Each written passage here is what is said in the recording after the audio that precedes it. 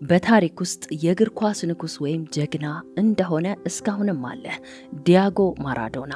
ውድ ቤተሰቦች ስለ ዲያጎ ማራዶና የህይወት ታሪክ ብዙ የተሰሩ ቪዲዮዎች አሉ።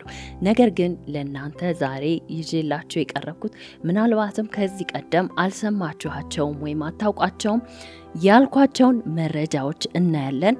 ለቻናላችን አዲስ የሆናችሁም ሰብስክራይብ ማድረግ እንዲሁም ቪዲዮውን ላይክ ማድረግ አትርሱ ያልኩኝ አሁን ወደ ታሪክ ያለፍኩኝ።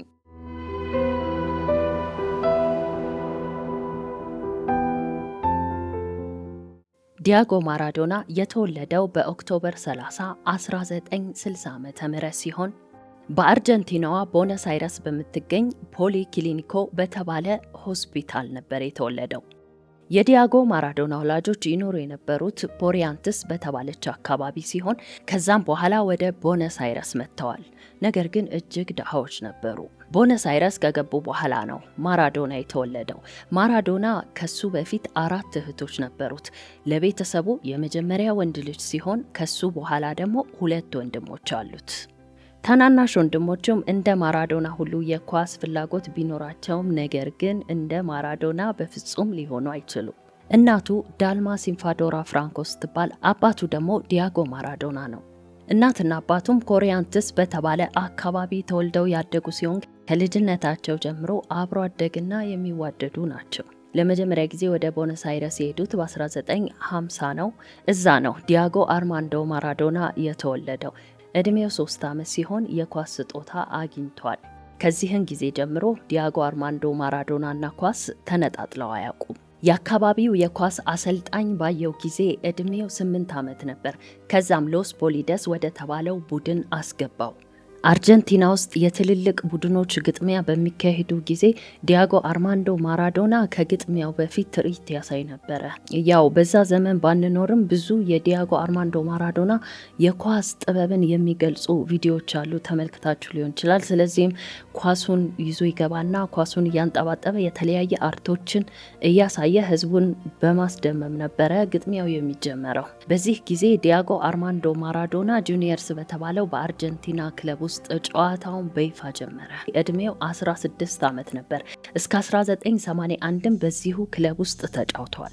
ከዛ በ1 ሚሊዮን ጂኔ ስቲርሊኒ ወደሚወደው ቦካ ጁኒየርስ ተቀላቀለ። ከ1982 የዓለም ዋንጫ በኋላ ዲያጎ አርማንዶ ማራዶና ወደ ስፔኑ ባርሴሎና ነበር የገባው። በዛው በባርሴሎና ያለ ነበረ በ1983 የስፔንን ዋንጫ ወደ ክለቡ ያስገባው። ከሪያል ማድሪድ ጋር ነበረ በወቅቱ ግጥሚያቸውን አድርገው ያሸነፉትና ዋንጫቸውን የተረከቡት። ነገር ግን እንደተነገረው ከሆነ ዲያጎ አርማንዶ ማራዶና በባርሴሎና ያሳለፈው ጊዜ ብዙም አስደሳች እንዳልነበረ ነው። በዛ ላይ ደግሞ የጉበት ኢንፌክሽንና ክርኑ ላይም ጉዳት ደርሶበት ህመም አጋጥሞት ነበር። በዚህም ህመም የተነሳ ቀላል ለማይባል ጊዜ ኳሱን አቋርጦ ሕክምናውን ሲከታተል ቆይቷል። ሲቀጥልም ቡድኑን ከሚመሩት ኃላፊዎች ጋር ያለመግባባት ነበረ። በተለይም ኮሴ ሉዊዝ ከተባለው ኃላፊ ጋር። ዲያጎ አርማንዶ ማራዶና ከዛ በኋላ ወደ ጣሊያኗ ናፖሊ ተሸጋገረ። እዛም በ6.9 ጂኔ ስቲርሊኒ ውሉን ተፈራረመ። ናፖሊ ማለት ማራዶና እጅግ የሰው ፍቅር ያገኘበት፣ እንደዚሁም ናፖሊን የማይወዱሉ ማራዶናን የወደደበት ዘመን ነበረ። እናም እዛ አስደሳች የሆነ ጊዜ እንዳሳለፈ ነው የሚነገረው። የናፖሊ ቡድን ውስጥ ማራዶና ከገባ በኋላ ያላደረገው ነገር ብትጠይቁኝ ይሻላል።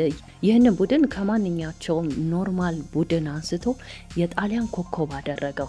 አጃይብ በምትሰኙበት ሁኔታ የቡድኑን እንቅስቃሴ እንደዚሁም ስም፣ ዝና ከተግባር ጋር ነበረ ሙሉ ለሙሉ የለወጠው። በወቅቱ የጣሊያንን እንደዚሁም የአውሮፓን ዋንጫም ለመረከብ በቅቷል። ብዙ ውዝግብ የሚፈጥሩ ነገሮች ተስተውለዋል። በርካታ ግለሰቦችም ዲያጎ አርማንዶ ማራዶና ዜግነቱ አርጀንቲናዊ ነው ወይስ ጣሊያናዊ ነው እስከሚሉ ድረስም ደርሰው ነበረ። በዚህ ብቻ ቢያበቃ ኖርማል ነበረ። የዲያጎ አርማንዶ ማራዶና ተጽዕኖ በናፖሊ ጣሊያን ውስጥ በስሙ ሃይማኖት አቋቁመ ሁሉ ያመልኩታል። እጅግ ለማመን የሚከብድ ነገር ነው አይደለ? ነገር ግን እየሆነ ያለው ይህ ነው። አሁን በማራዶና ስም ሃይማኖት አለ። በትክክሉ ሻማ ያበሩ የተለያየ አምልኮችን እያካሄዱ ያመልኩታል። በተለይም ከ1987 እስከ 1988 ባለው ጊዜ ለዲያጎ አርማንዶ ማራዶና አስቸጋሪ የሆነ ሁኔታዎች ነበር። ይህም ያው እንደሚታወቀው በሚጠቀመው ከዛም ሲያልፍ ከአንድ ሴት ጋር ግንኙነት ነበረው። ከሷም ልጅ ወልዷል። በኋላ ላይ ነበረ ይህ ልጅ የሱ መሆኑን የተቀበለው። በወቅቱ ግን ክዶ ነበረ ማራዶና። ትልቁና ዋነኛው ሳይጠቀስ የማይታለፈው ጉዳይ ካሞራ የተባለ የጣሊያን ትልቅ የማፊያ ቡድን ነበረ። ከዚህ ማፊያ አለቃ ወይም ኃላፊ ጋር ዲያጎ አርማንዶ ማራዶና ግንኙነት ነበራቸው። እናም የሆነ ጊዜ ላይ አለመግባባት ተፈጠረ። ከዛም የዲያጎ አርማንዶ ህይወት በጣም በውጣ ውረድ የተሞላና ችግር የማያጣ ሆነ። ማራዶና ከናፖሊ ስምምነቱን ጨርሶ ከቡድኑ በወጣ ጊዜ 10 ቁጥር ምን ጊዜ ማንም የሚለብሰው ሰው አልነበረም። በቃ 10 ቁጥር ጡረታ ወጥቷል። የማራዶናና የማራዶና ብቻ ሆኖ እንዲኖር ነው የተደረገው። ከናፖሊ በኋላ አሽቬሊያ፣ ኖይዝ ኦልድ ቦይስ እንደዚሁም ቦካ ጁኒየር ጨዋታውን አካሂደዋል። አሁን እያየን ያለነው ከማራዶና የህይወት ታሪክ ውስጥ የተወሰነውና ዋና ዋና የተባለውን ጉዳይ ብቻ ነው እንጂ ስለ ማራዶና በጥልቀት ሙሉውን እናውራ ካለን በጣም ሰፊ ጊዜ ሊያስፈልገን ነው። ስለ ዲያጎ አርማንዶ ማራዶና በተነሳ ጊዜ ደግሞ የማይረሳው የ1986ቱ የዓለም ዋንጫ ነበረ። 2 የማይረሱ ጎሎችን በማግባት ዲያጎ አርማንዶ ማራዶና የ1986ቱን የዓለም ዋንጫ በእጁ አስገብቷል። ያ ጨዋታ አርጀንቲናና እንግሊዝ የተጋጠሙበት ነበር። ለፍጻሜ ደርሰው መጋጠማቸው አይደለም የሚያስገርመው፣ በሁለቱ ሀገሮች መካከል ደግሞ ጦርነት ነበር። ኳስ ራሱ የማይከታተል ወይም የማይወድ ሰው ቢሆን ራሱ እነዚህ 2 የዲያጎ አርማንዶ ማራዶና ጎሎች ግን እስካሁን ድረስ እንደ ታሪክ እየተወሩ ይገኛሉ። ይህ ጨዋታ ለእንግሊዝ ትልቅ ሽንፈት እንደዚሁም የመናደድ ስሜትን የፈጠረ ነበረ። በእነዚህ 2 ጎሎች ምክንያት የ1986ን የዓለም ዋንጫ ዲያጎ አርማንዶ ማራዶና በእጁ አስገባ። ብዙዎቹ እንደገመቱትም ይህ የዓለም ዋንጫ የማራዶና ዋንጫ ተብሎ ከመጀመሪያው ተደምድሞ ነበረ። ቅድም እንዳልኳችሁ በ1987 እና 88 ለዲያጎ አርማንዶ ማራዶና በናፖሊ በነበረበት ጊዜ እጅግ አስቸጋሪ የሆነው ጊዜ ተብሎ ተመዝግቧል። ምክንያቱም ካሞራ ባልኳችሁ ማፊያዎች የተነሳ ነው።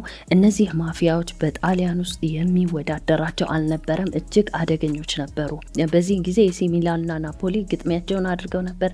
በማፊያዎቹ ውርርድ የተነሳ ኤሲ ሚላን አሸናፊ ሊሆን በቅቷል። እጅግ የማይታመን ነገር ነው። ከዛም ፍጻሜው ላይ ለመድረስ 5 ጨዋታዎች የጠብቋቸው ነበረ ናፖሊና ኤሲ ሚላን።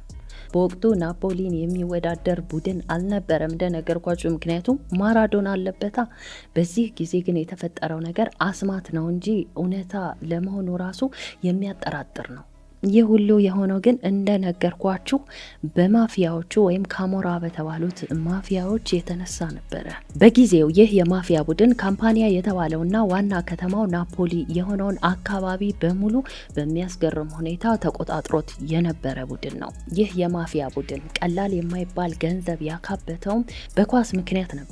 በሚያደርጉት ውርርዶች፣ ቁማሮች፣ በተለያየ ነገር በዚህ ሁኔታ እስከ መጨረሻው የቀጠለ ነገር አልነበረም።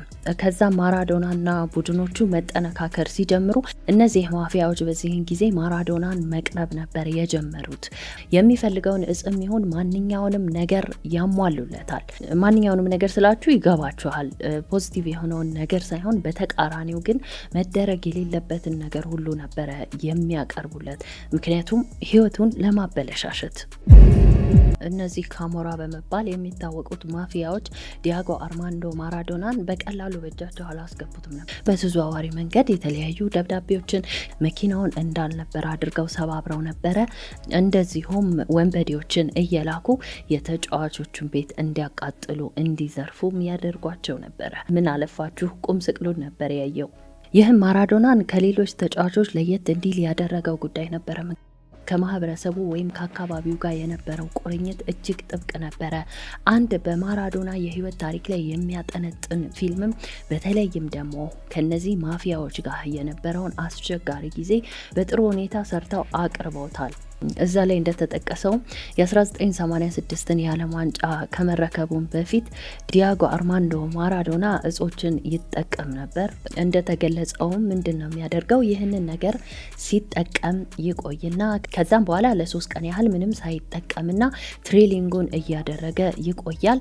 ወደ ግጥሚያም ይገባል። ለምንድነው ይህን የሚያደርገው? በምርመራ ወቅት እንዳይታወቅበት ነው። የተለያዩ ምንጮችን በዚህ ላይ የሰጧቸው መላምቶች ወይም ሀሳቦች ነበሩ። ዲያጎ አርማንዶ ማራዶና እንደሚታወቀው ደሃ ከሆነ ቤተሰብና አካባቢ የተገኘ ሰው ከዛም በኋላ ጣሊያን ሀገር በቆየበት ጊዜ እንዳልኳችሁ በተለይ ከማፊያዎቹ ጋር ያለው ታሪክ እጅግ አስቸጋሪና ወሰብሰብ ያለ ቢሆንም ነገር ግን እነዚህ ማፊያዎቹ የሚፈልገውን ነገር ሁሉ በስተመጨረሻ እያቀረቡለት ነበር። እንደውም እድሜው 60 ዓመት እስከሚሆን ድረስ ራሱ መቆየቱ ከዛም በፊት በእነዚህ ማፊያዎች እጅ አለመጥፋቱ ራሱ እድል እንደሆነ ነው የተናገሩት። ከማፊያዎቹ ኃላፊ ጋር በነበረው ጥብቅ ግንኙነት የተነሳ የተለያዩ ዝግጅቶች ላይ ዲያጎ አርማንዶ ማራዶናን ይጋብዙታል። ከዛም በኋላ የሮሌክስ ሰዓት ነበረ ሽልማት የሚያቀርቡለት እና ወደ ናፖሊ በገባ ጊዜ ራሱ የነሱ እጅ እንደነበረበት ነው የሚወራው። ጁሊያኖ የተባለው የነዚህ ቡድኖች ኃላፊም ከማራዶና ጋር ጥብቅ ግንኙነት ነበረው። ለማራዶና ምንም ነገር ቢሆን የሚከፈለው መስዋዕትነት ሁሉ እንደሚከፍል ነበር የሚነግረው። በጣም የሚያስገርመው ማራዶና የሚጠቀማቸውን እጾች ራሱ በሳህን ነበር ሞልቶ የሚያመጣለት። ይህ ማለት እንግዲህ ለሱ ያለውን ክብርና ፍቅር እየገለጸ ነው። ናፖሊዮንና ፈረንሳይ ባደረጉት ግጥሚያ ጊዜ ዲያጎ አርማንዶ ማራዶና አደንዛዥ እጽ መጠቀሙን የሚያመለክት ውጤት ነበር ይፋ የሆነው።